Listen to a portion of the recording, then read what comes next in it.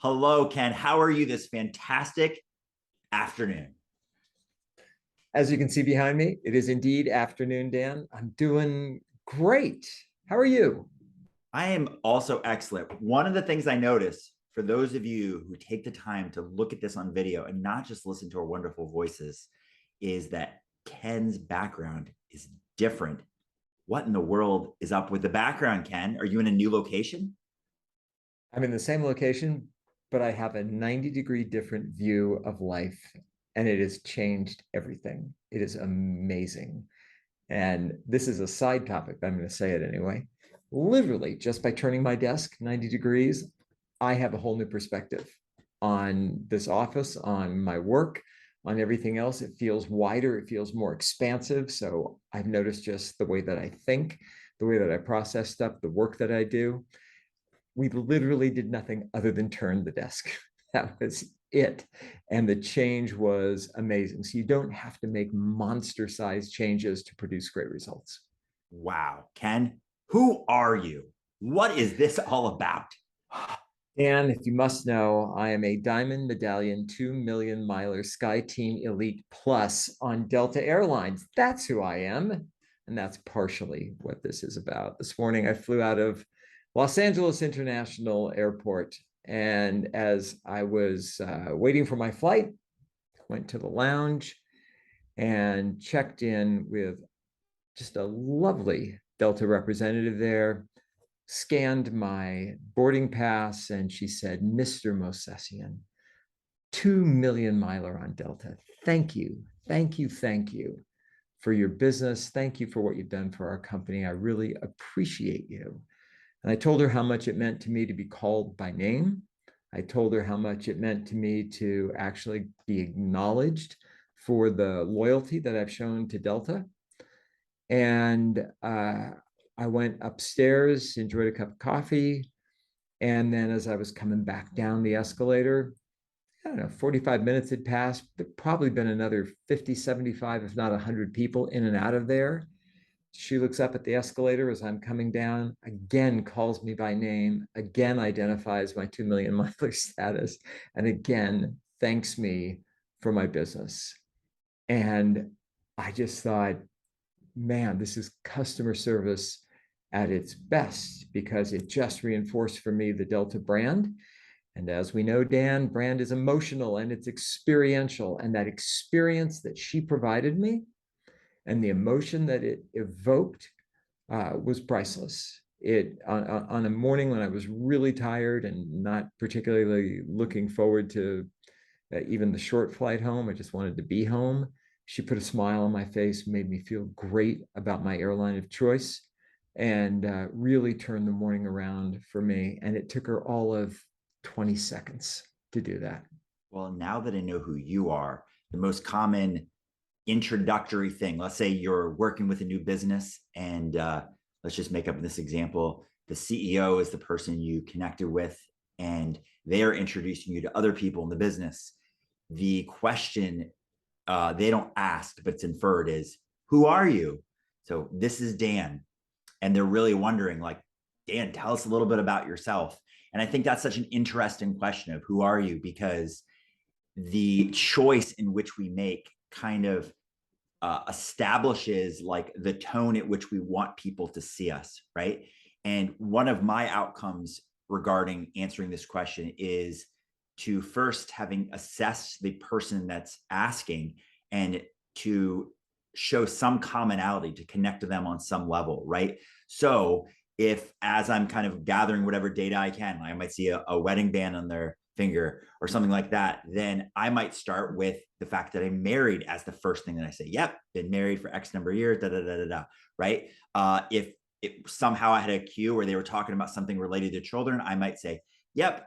I might also say like I'm a husband, I'm a father of 4 children, da da da. And I kind of get into that, but I think the answer to this question, even if you had no information about the person you're hopefully trying to connect with, is that you'd want to almost state it from the priority level at which you think about your life, right? And some people, work is the dominant, the highest priority in their life. So then they want to start with their title, right? Or their experience in jobs. For other people, nope, the only reason they work is so they can provide for their family. So family is their top priority. So they might start with like talking about their family. For other people, it's like accomplishment, right? It might be that you played a professional or college sport or something like that, and you want to really tell them like, yep, I'm a golfer, and you know what I mean. I love golf. That's what I do. Even though you also have your professional life and your personal life and all the other things. So I think the answer to the question, when you meet new people, you should almost establish for yourself first if there's a commonality connection. Maybe you start there, but if you don't have anything to reference, start with the way in which you want people to see you, right? Like, what is the top priority for you that you want them to go, ooh, I remember that guy. He has a big family, or I remember that guy. He used to be he's a golfer. I remember that guy. He, did really well in this career, or did something related to sales. That is where I'll end who I am. How many years have you been married for, Dan? You said X years. You didn't say. So I'm just 19 and change. Next, okay. May 31st, it'll be 20. I knew the answer. I was just saying, for commonality, the people who are married, their answer may be different than mine. So I'm saying X years. Yeah. But I knew the answer. I knew the answer. Good. Because your wife texted me while that happened, and she's like, challenge him on this. I want to make sure he knows. So we're in good shape. I just want to make sure.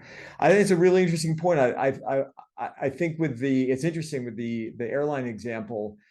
Status is like essential. If you've flown at all recently, and you don't have status for an airline, like it can be a not pleasant experience. You don't necessarily get to go to the lounge. You don't get to board first. You don't get a drink served to you while other passengers are boarding. There's a ton of little niceties, and there's the bigger invisible niceties as well. Like if a flight's canceled, you are first booked for the next flight. There's all that cool stuff. But in the context of that little environment, that community at the airport, it felt interesting to have her call that out loud, like she wasn't quiet about it. She identified me. She actually said who I am instead of me being able to say it. And I think from her perspective, like using your sort of system of priorities, what was most important to her was my status, not because of the status piece, but because the amount of flying I had done with the airline, and consequently the amount of money I had poured into it. And as a result of that, they stay employed. It's like we're high value customers. And so from her perspective, she was naming me. She was saying who I am. And she was actually identifying the priority for her. And that priority was super important, because it keeps airlines solvent when they have passengers, when they have customers like me that fly a ton. But I like the strategy of where's an identifying factor. I had an experience when I was out with my husband a few years ago, and he saw a pin that was like from the fraternity he was in college. So there was an instant connection there, and they were able to talk about things and go to a corner and do the secret handshake, whatever fraternity guys do. But that there was a point of commonality. And then from there, the conversation flowed really, really easily. I was at the doctor's office the other day, and I heard him pronouncing some names of French cities with a really good French accent. So I asked him if he spoke French, and he did. And so we started speaking French with each other, and turns out he had this amazing story about work he did in Haiti after the earthquake to help people. And I really like that. I like the notion of listening for or looking for clues that would establish commonality, and using that as your entry point for an introduction and for building a relationship and creating conversation. So when I was in college, we had a test, and the instructor, I guess you call that, the professor, the teacher, before it started told us how much time we had, and gave a couple warnings as the test was getting near the end of the time. and there was probably me and two other people left in the room. And they gave, I think, like a 5-minute warning, and then they gave a 1-minute warning. And at 1 minute, the other two people turned their test in, and then literally said 10 seconds. And I just sat there, and they counted out. And the professor had stated from the beginning, if your test is not turned in time, you get a 0, you get no credit. And I just sat there, and he kind of just looked at me and just kept writing and filling in the answers. And then I walked up and was going to turn in my test. And the professor looked at me, he's like, no, sorry, you knew the rules. I gave you warnings, you didn't do it. And I said, don't you know who I am? And the professor's like, I don't care. You knew the rules. I gave you warnings. You didn't follow the rules. I said, wait, don't you know who I am? And he's like, I don't care. I'd say it again. You're not getting any credit for this test. And I said, seriously, you don't know who I am? And he's like, no. And I said, I slid my test right in the middle of the pack. And I said, good, see ya. And the point of that story, that's a joke, and it's not really a story, but it's told better in the first person, is just to say, how do you want people to like see you? Do you want to be well known? Like, do you want to be the kind of person that everybody like recognizes, like, hey, everybody, it's me, right? And if you want to be known, what do you want to be known for? Or do you want to just like fit in to like the crowd? You just want to be normal. There is the guy who wrote the book, The Subtle Art of Not Giving an F. And in it, he talks about feeling like good about being mediocre. It's almost like everybody's not meant to is a funny word. It's not, depending on what you believe about a plan for your life. But the reality or statistics mean like you're not likely to stand out from the crowd. You're not likely to be the person who's like the leader, or like everybody knows you for X or Y, not like Ken, who has this incredible status. Most people, the large majority, are just going to be a regular flyer with no status, who can't go to the lounge, who doesn't get all those perks that Ken gets. But really, you should ask yourself, how do you want people to know you? And if you want to be like Ken, you can't just do nothing. You have to earn it and deserve it. Ken had to fly those 2 million plus miles to get to a part where they would recognize him and know him for what he accomplished. I see too many young people who have this entitled mindset. Like, what I want to be? I want to be an influencer. It's like, okay, so how will you influence others? And that term obviously means somebody that they recognize online, right? And that a lot of people subscribe to or pay attention to or like their stuff.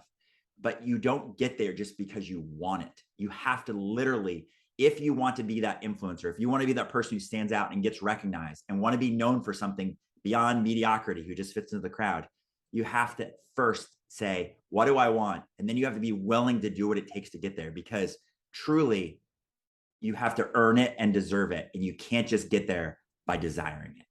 That influencer thing is amazing. It feels like such a phenomenon, something that anybody can do. But if you dig into the people that have truly become successful in whatever area they've focused on, the amount of time that they spend every day creating content, editing the content, laying music under it, if that's the kind of thing that they do, networking, putting themselves out there, it's extraordinary. I mean, it gets laughed off as like, oh, you're an influencer.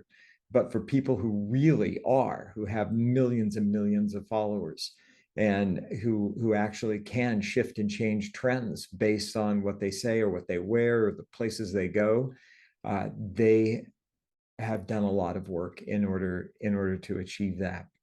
I think the notion of like identity is so fascinating, because our value as a human being can get wrapped up in that. I'm a CEO, and it's like, what is that? My identity? Is that really who I am? I'm this level frequent flyer. I'm whatever I happen to be. But is that really who we are? And is the distinction, that's what we do, like the doing and being thing. And I think that's the piece that gets people screwed up when it comes to how they think of themselves. Because what happens if you cease to be the CEO? What happens if you don't fly as much one year and you're no longer, at at that level anymore? Do you feel a sense of loss? Not just like, I don't get that perk, but like, I'm not as good. If you're not a CEO anymore, if you've been replaced, if you lost your job, even if you just retired from that and suddenly you're a former CEO, well, what does that mean for your identity? And so I'd urge people to think about being versus doing, and think about your identity as being something more than the activity that you engage in, whether it's work or whether it's an achievement that you've made. Those are things you certainly can be proud of. But I love that identity can be deeper than that. Who I am is someone who contributes to other people by doing X, Y, or Z.